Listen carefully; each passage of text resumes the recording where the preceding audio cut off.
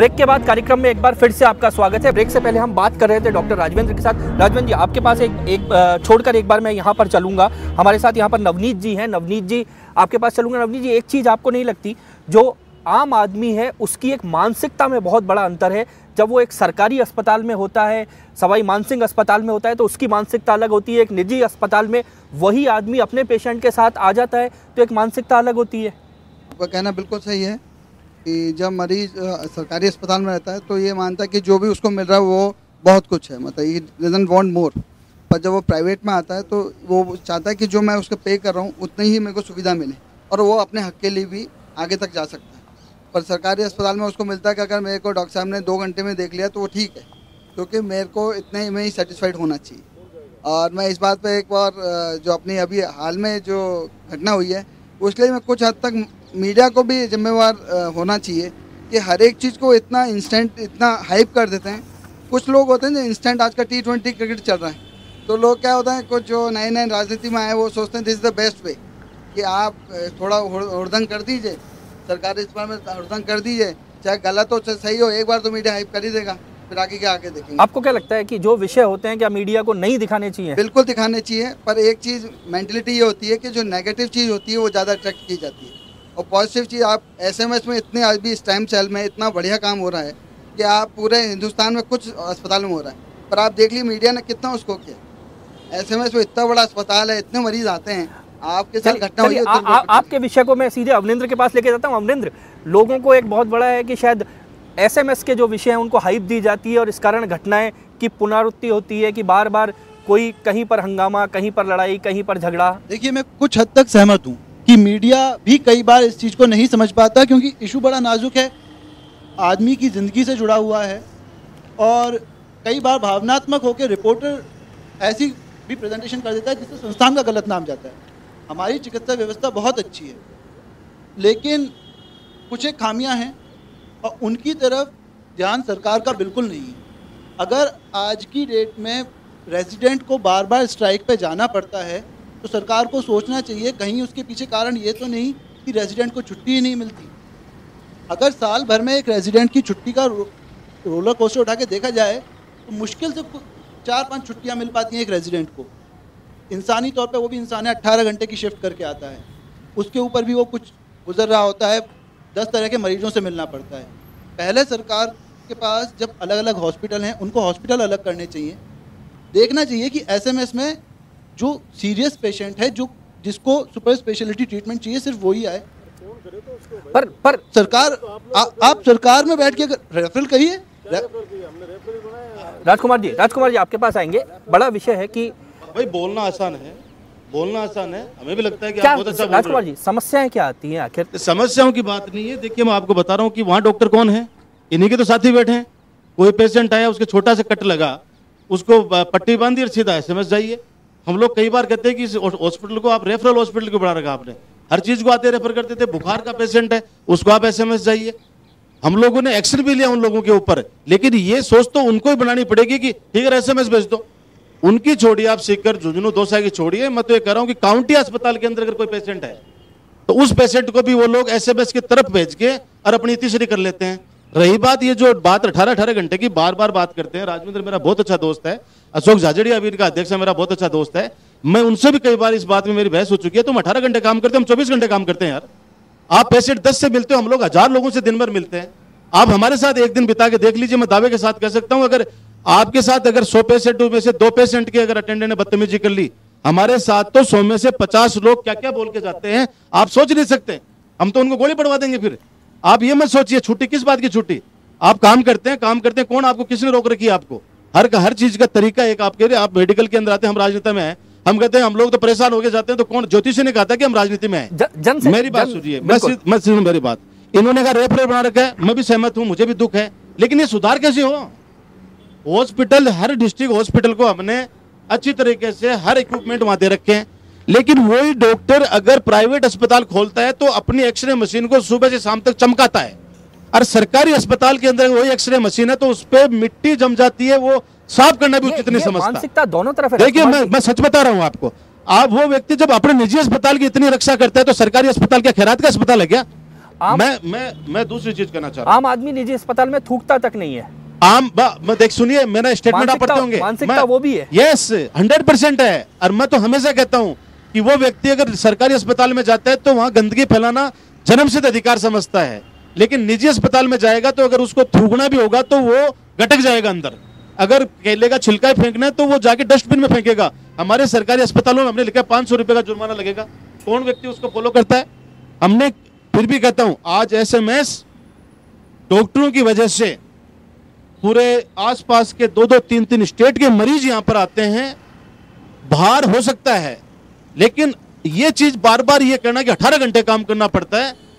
Boss भाई मेरे साथ रह के देख, लोग पता चलेगा। आप जनसेवा में आए तो हजारों लोग हैं जो क्या क्या बोल जाते हैं। आपको कम से कम वहां पे आपके पास ये हथियार तो होता है कि 1 मिनट में आप 100 लोग इकट्ठे हो जाओगे, मारने लग जाओगे उसको, लेकिन हम लोग नहीं कर सकते। हमारे को गाली गलौज तक कर देते हैं। यार असेंबली के अंदर कौन सा मार डाला हमने? आपने तो पढ़ा होगा एपिसोड।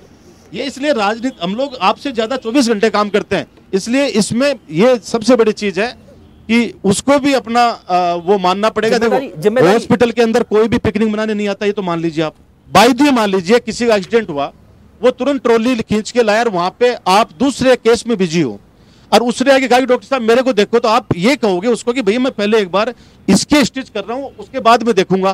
फिर आपको कहेगा वो, फिर हमको कहेगा कि आप फोन करो, डॉक्टर देख नहीं रहा। हम फिर आपको फोन करेंगे, इलाज आपको ही करना। मैं आज कहता हूं आपको, हमारे फोन से उसको संतुष्टि मिल जाती है कि अब भाई फोन आ गया हमारे व्यक्ति का, अब डॉक्टर बढ़िया तरीके से देखेगा। बाकी आपको इलाज वही करना है, आप पट्टी वही करोगे, इंजेक्शन वही लगाओगे, लेकिन मानसिक संतुष्टि उसकी हमारे से बात करने से होती है। बड़ा सवाल है और पीछे से कुछ कहना भी चाह रहे हैं इसी विषय पे, शायद उनका सवाल भी होगा या अपनी मन की बात होगी। जी मैं ये कहना चाहता हूँ कि जैसे कि मैं एक सवाल पूछना चाहता हूँ, यहाँ पे डॉक्टर्स भी हैं और हमारे बड़े भाई राजकुमार जी, मैं ये कहना चाहता हूँ कि जैसे कि उसके जो घटना कुछ दिनों पहले घटी है, तो उसके अंदर ऐसा बताया जा रहा है कि जैसे कि ICU यदि हमारे अधीक्षक साहब उस बच्ची को दे देते, अलाउड करा देते, तो उस बच्ची की जान बच सकती थी।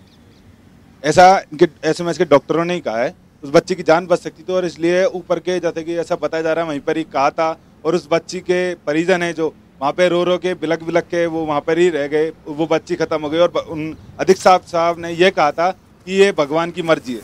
तो डॉक्टर जो भगवान का रूप माना जाते हैं और वही डॉक्टर ये कहते हैं कि भगवान की मर्जी है, तो इस तरीके से। चलिए मैं मीणा साहब के पास आऊँगा। मीणा साहब, एक इनका सवाल जो अपनी जगह पे इनका सवाल जायज़ है, लेकिन एक विषय जो आम जनता का विषय है, जो राजकुमार जी ने भी अभी उठाया कि शायद आम आदमी को लगता है कि राजकुमार जी का फ़ोन या नाथू सिंह जी का फ़ोन पहुंच जाएगा तो आप थोड़ी सी दवाई ज़्यादा लगा देंगे, या आम आदमी की एक मानसिकता है। मैं आपसे एक निवेदन करना चाहता हूँ कि इनको जनता ने चुन के भेजा है, तो इनको अपनी पब्लिक को सेटिस्फाई करना बहुत ज़रूरी है। वो आदमी जो पीड़ा में है वो अपने लेवल पे इनके फ़ोन अगर मान लो किया नहीं किया अलग बात है, पर वो कह देते हैं कि इन्होंने कर दिया और उस मरीज का उसको मेंटल सेटिस्फेक्शन मिल जाता है।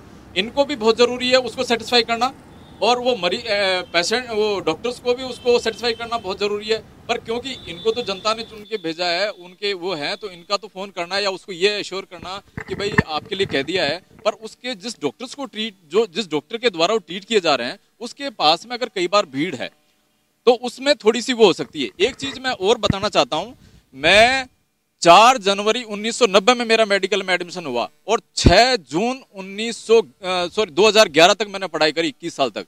मेरे को कोई बहुत ज्यादा तमगा नहीं मिला। मैं बिल्कुल वैसे ही आम आदमी हूँ जैसे और घूम रहे हैं, ऐसे ही मैं घूम रहा हूँ।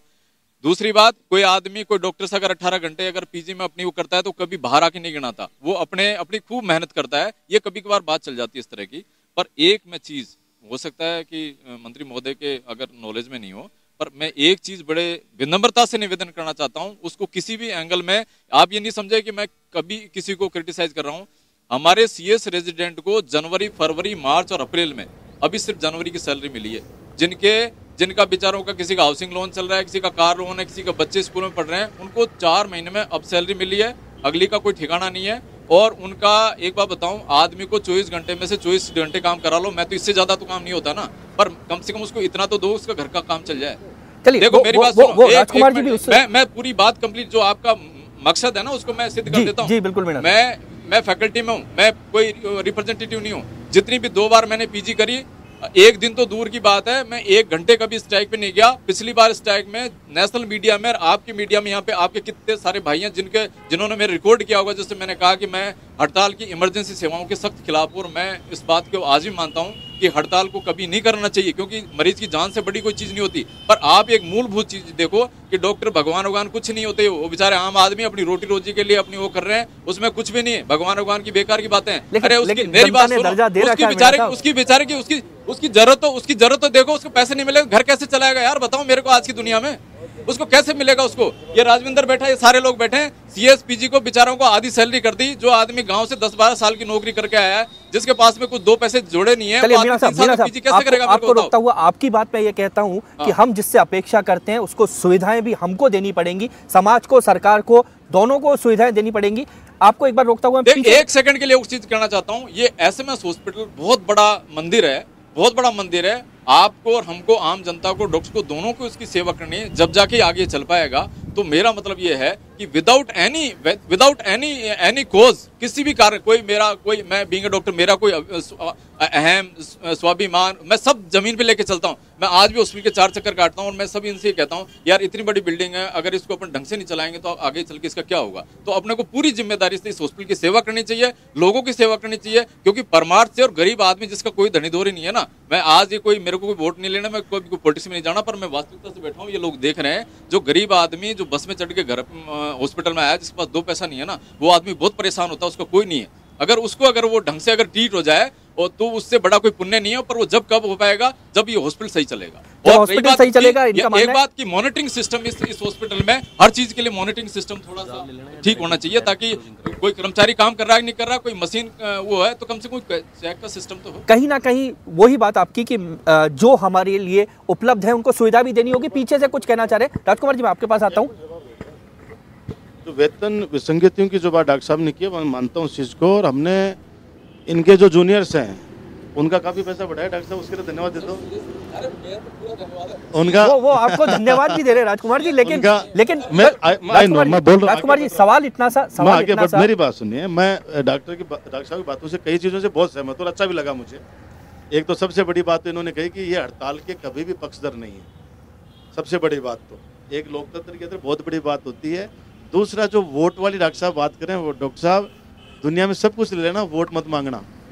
सच बता रहा हूँ, उनका अनुभव है। वोट मांगना आज के इस युग के अंदर, मैं कह रहा हूँ कि वो व्यक्ति 1 मिनट वोट दे के जाता है, 5 साल जो तपस्या करवाता है, और हम तो कहते हैं हमारा धर्म भी बनता है कि उस व्यक्ति ने हमारा धर्म भी बनता है। भी सहमत है बिल्कुल। मैं कह रहा हूँ ना, आप तो डॉक्टर साहब आपसे मेरे से वाकिफ हो, कितने पेशेंट हमारे यहाँ से आते हैं, कैसे कैसे हम लोग जेब से पैसे दे दे के इलाज कराते हैं। आप अपने सुपरिटेंडेंट से पूछ लेना, 30-30, 40-40 टिफिन रोड बंगले से बन के जाते हैं अस्पताल में। हम लोग भी जानते हैं कि गरीबी बहुत है, वास्तव में बेचारे किराया विराया भी नहीं होता है उनके पास एसएमएस में पहुंचने के लिए, लेकिन एसएमएस पर उनका विश्वास बहुत है।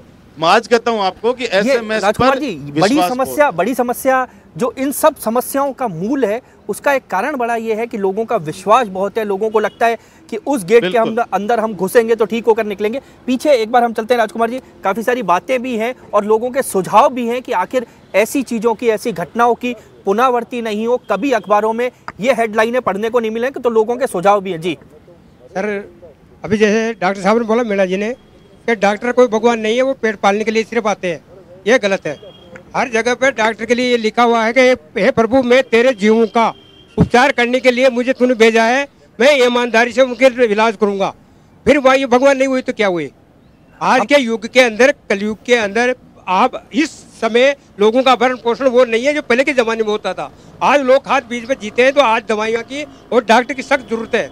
एसएमएस हॉस्पिटल की जगह इसको बढ़ाना चाहिए, क्योंकि आज की संख्या में जितने आते यातायात बढ़ते जाएंगे, उतना एक्सीडेंट ज्यादा होते जाएंगे, तो आने वाले समय वो और ज्यादा होगा। ये इसलिए आपका सुझाव इनको सौंपता हूँ कि दूसरी बात एक और है कि डॉक्टर जो है टाइम पर आना चाहिए हॉस्पिटल के अंदर, वो टाइम पे आते नहीं। और दूसरे जो रेजिडेंशियल, जो बाहर की जो सिविल के जो हॉस्पिटल चल रहे हैं, प्राइवेट हॉस्पिटल, वो उनके ऊपर चल रहे हैं। ज्यादातर लोग यहाँ से वहाँ भी हाजिरी दे रहे हैं, तो उनको वो फिर 18 घंटे से कितनी ज्यादा हो गई, वहाँ फीस ज्यादा है। तो इस तरह से ये नहीं होना चाहिए। इनका काम है पहला, जहाँ रोटी खाते हैं, जहाँ रोजी ले रहे हैं, वहाँ काम करना पहले यहाँ संतुष्ट होना चाहिए। गरीब यहाँ संतुष्ट होगा, फिर इनको बाहर जाना चाहिए। आपका सुझाव मैं इनको सौंपता हूँ। उधर से कुछ कहना चाहे जी? इस विषय के अंदर अगर मैं मेरा सुझाव देना चाहूँ तो मैं यही कहूँगा कि जिस प्रकार से इमरजेंसी की सेवाएं उपलब्ध कराता है हॉस्पिटल और जहाँ इमरजेंसी की सुविधाएं मिलती हैं